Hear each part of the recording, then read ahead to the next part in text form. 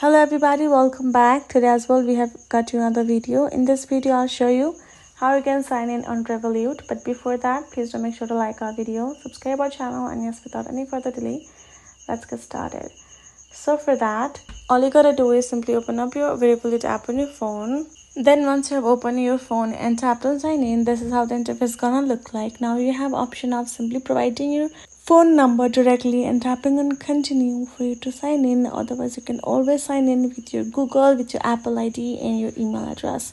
Now whichever one you prefer, you can go ahead, choose it and sign in with. But in case you have forgotten or lost access to your phone number, which is given on top, if you have created with your phone number, you can always tap on it and you can get a recovery section where you can add a new phone number to connect with, and you can always sign in with a new account like that.